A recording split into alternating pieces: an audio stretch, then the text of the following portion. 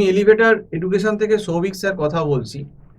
আজকে আমি এই ভিডিওয়ে স্টুডেন্টদের জানাতে চাই যে প্রত্যেকটা ইউনিভার্সিটিতেই দেখবে এমবিএর যে কারিকুলাম আছে এআইসিটি নর্মসে, মানে এআইসিটি যে সিলেবাসটা আছে তাতে কিন্তু প্রত্যেকটা ইউনিভার্সিটিতেই ফার্স্ট সেমিস্টারে কিন্তু ইকোনমিক্স থাকছে, ইকোনমিক্স ফর ম্যানেজার।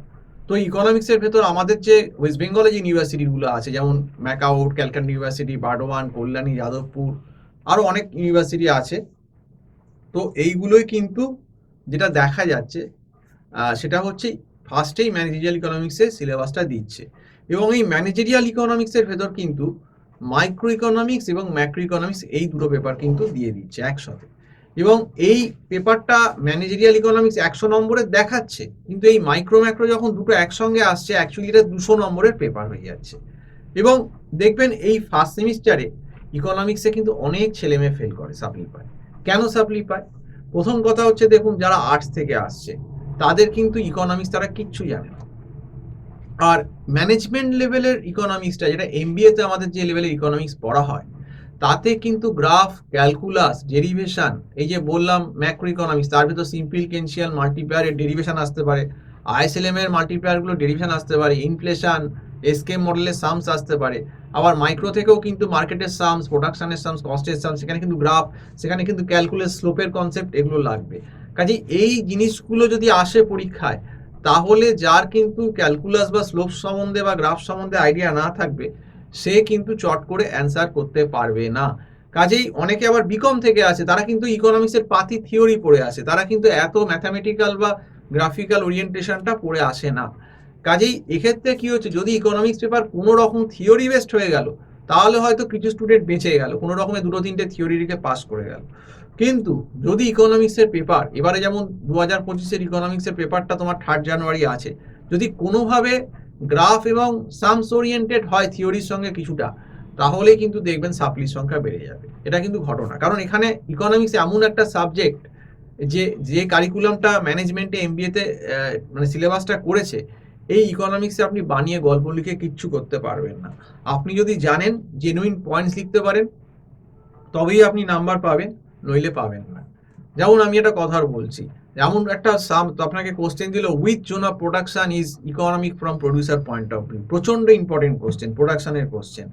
এখন with zone of production is economics from producer point of view, এইটা করতে গেলে আপনাকে zone 1, zone 2, zone 3 total product curve এঁকে এবং তার সঙ্গে এমপিএল এর কম্বিনেশন করে আপনাকে 3টে জোন দেখাতে হবে, জোন 1, জোন 2, জোন 3। কোন জোনে দেখাতে হবে ম্যাথামেটিক্যালি, গ্রাফিক্যালি, যে এমপিএলটা ফল করছে। কারণ দেখবেন প্রডিউসারের যেটা মেন প্রফিট ম্যাক্সিমাইজেশন কন্ডিশন আসবে ডেরিভেটিভ করে, মানে প্রফিট ম্যাক্সিমাইজেশন কন্ডিশন দেখিয়ে ফার্স্ট অর্ডার, সেকেন্ড অর্ডার, একটা কন্ডিশন হচ্ছে কি এমপিএল ইজ পজিটিভ, অ্যান্ড আরেকটা কন্ডিশন সেকেন্ডটা আসবে, দেখবেন এমপিএল ইজ ফলিং।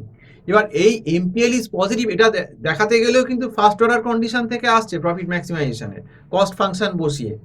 সো এটা কিন্তু করতে হবে, কারণ profit is equal to revenue minus cost.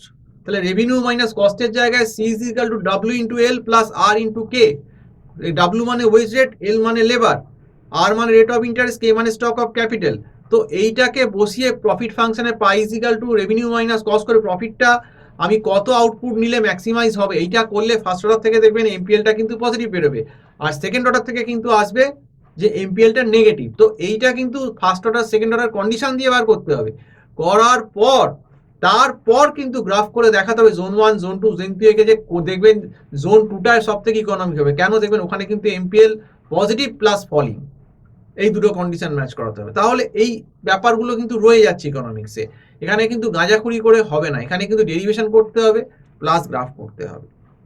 এবার ধরুন একটা কোশ্চেন দিয়ে দিল, ধরুন আপনার কনজিউমারের যে বলে দিল একটা প্রোডাকশন ফাংশন দিয়ে দিল, দিয়ে বললো এটা ইনক্রিজিং রিটার্ন টু স্কেল না ডিক্রিজিং রিটার্ন টু স্কেল না কনস্ট্যান্ট রিটার্ন টু স্কেল। তো এইগুলো কি করে করে, এগুলো তো জানতে হবে। হোমোজিনিয়াস প্রোডাকশন ফাংশন তো না জানলে তো করতেই পারবে না, কি করে করবে? তারপর আমি বলছি, এই ধরুন যদি ইকোনমিক্সে যদি আপনার দিয়ে দিল যে why there is no supply curve in monopoly, মানে সেখানে দুটো ছবি আছে, দুটো কেস আছে গ্রাফে। এমন হতে পারে সেম প্রাইসে দুটো সেম কোয়ান্টিটি দিচ্ছে, আবার এমন হতে পারে যে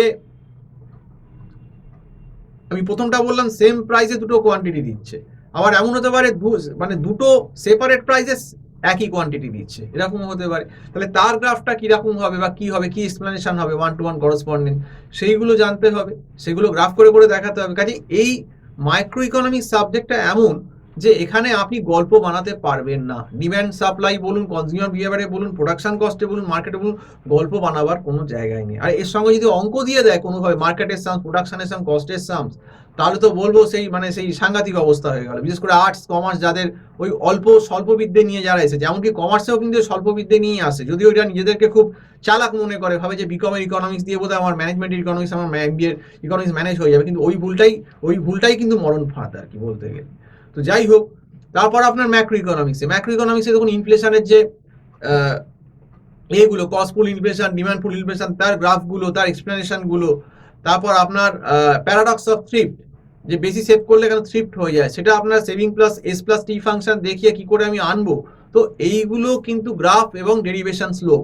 তো এইগুলো কিন্তু যদি কেউ প্রপারলি বুঝে না করে প্রথম থেকে, তার পক্ষে এই মাইক্রো আর ম্যাক্রো এত বড় সিলেবাস এই 2-3 মাসে করা সম্ভবই নয়। এবং সেগুলো সত্যি করে আমি জানি না কলেজ কতটা তোমাদের করিয়েছে বা করায়, কিন্তু আমাদের কাছে যারা স্টুডেন্ট পড়ে, প্রথম থেকে পড়েছে 7-8 মাস 9 মাস, তাদেরকে আমরা ধরে ধরে নোট তৈরি করিয়ে, একদম ডেরিভেশন দেখিয়ে, গ্রাফ দেখিয়ে, এক্সপ্লেনেশন লিখিয়ে কিন্তু আমরা তৈরি করেছি।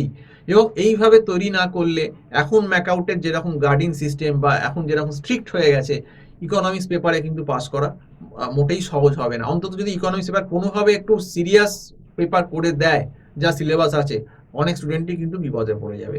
যদি কোনোভাবে থিওরি বেসড হয়ে গেল, খুব একদম পিওর থিওরি, মুখস্থ বিদ্যা, এইসব নীতি আয়োগ এইসব দিয়ে দিল, প্রপার্টি দিল, সে গাঁজা করি দিয়ে লিখে কোনোভাবে হয়তো নম্বর ভালো নাহলে পাস করলো, কিন্তু সবসময় তো লাখ ফেভার করবে না। কোনো সময় যদি এখন এই মার্কেট বেস বা মাইক্রো বা ম্যাক্রো বেস বেশি কোশ্চেন হয়ে যায়, তখনই কিন্তু স্টুডেন্টরা বেশি বিপদে পড়ে যাবে। তো যাই হোক, সম্পূর্ণ ভিডিও দেখার জন্য অসংখ্য ধন্যবাদ। নমস্কার।